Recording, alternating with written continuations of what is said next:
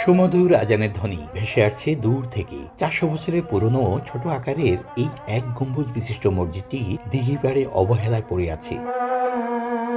400 বছর আগে সেই বাস্তবতা এখন পাল্টেছে। বেড়েছে জনসংখ্যা, তাই দীর্ঘদিন ধরে পড়া হচ্ছে না নামাজ, কারণ মুসল্লিদের স্থান সংকুলান হচ্ছে না। ফলে সময়ের প্রয়োজনে গ্রামে গড়ে তোলা হয় আরেকটি মসজিদ। এতে অযত্ন আর অবহেলায় অস্তিত্ব হারাতে বসেছে মসজিদটি। ঐতিহ্য রক্ষা করতে মসজিদটি যেন সংরক্ষণের দাবি স্থানীয়দের। আমাদের পূর্বপুরুষ থেকে শোনা যে গজারিয়া থেকে দুই ভদ্রলোক সরকার বাড়ি থেকে এখানে বাড়ি করার পর এখানে একটা মসজিদ করার দরকার।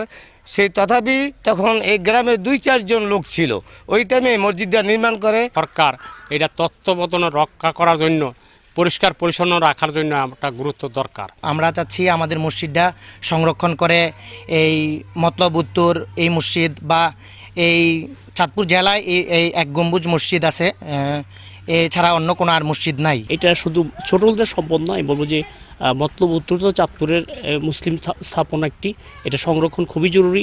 এটা কালের বিবর্তন এবং পাশে একটি পুকুর থাকার কারণে এটা আজকে আমি মনে করি যে কিছুটা হলো হুমকির মুখে। তাই সরকারের কাছে আমি দাবি করব যে এটা যেন সংরক্ষণ করা হয়। ইট, সুরকি এবং চুন দিয়ে নির্মাণ করা হয় এই মসজিদ। দেওয়াল ঘিরে রয়েছে গোলাকৃতির 12টি ফিলার। শুধু একটি গম্বুজই নয়, তার দরজা জানালাও একটি করে। এতে ইমাম ছাড়াও 2 সারিতে নামাজ আদায় হতো, সব মিলিয়ে 20 জনে। চাঁদপুরের মতলব উত্তরে এটি প্রথম ধর্মীয় স্থাপনা। ছোট হলদিয়া গ্রামে প্রায় 400 বছর আগে স্থাপিত হয় ছোট আকারের এই মসজিদ। মুন্সিগঞ্জের গজারিয়া এলাকার রূপ সরকার নামে এক ব্যবসায়ী ইবাদতের জন্য এখানে এই মসজিদটি স্থাপন করেন।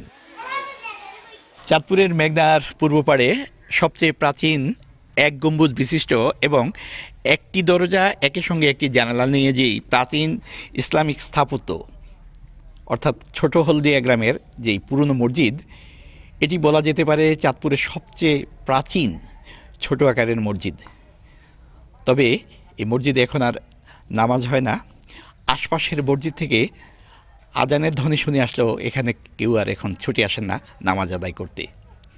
তবে স্থানীয়দের একটাই প্রত্যাশা, পুরাকীর্তি হিসেবে এটিকে সংরক্ষণ করা হোক। ফারুক আহমদ, সময় সংবাদ, চাঁদপুর।